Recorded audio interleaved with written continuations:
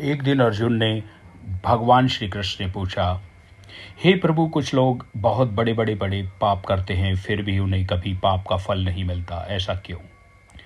श्री कृष्ण मुस्कुराए और बोले, आओ अर्जुन, मैं तुम्हें एक कथा सुनाता हूँ जो इस प्रश्न का उत्तर स्वयं देगा।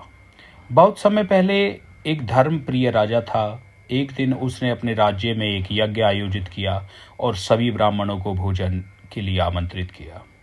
जब सभी ब्राह्मण पंक्तियों में बैठकर भोजन कर रहे थे तब राजा स्वयं भोजन परोसने पहुंचे। पंक्ति के अंत में बैठे एक ब्राह्मण को उन्होंने भोजन परोसा। उसी समय एक चील मरे हुए सांप को अपने पंजों में दबाए उड़ रही थी। संयोगवश उस मृत सांप के विष की कुछ बूंदें नीचे गिरकर उस ब्राह्मण के थाल में पड़ी और ब्राह्मण ने अज्ञानवश वह भोजन खा लिया और कुछ ही पलों में उसकी मृत्यु हो गई। यमराज स्वर्ग से यह दृश्य देख रहे थे। उन्होंने विचार किया, किसका दोष है?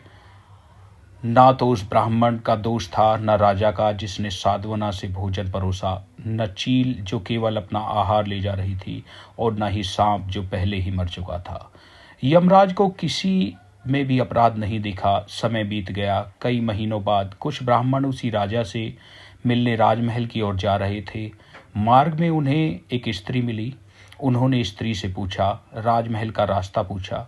वही स्त्री व्यंग स्वर में बोली, वही राजा जो ब्राह्मणों को भोजन में जहर देता है। बस इतना कहते ही यमराज ने उस स्त्री को ब्राह्मण हत्या का दोषी घोषित कर दिया।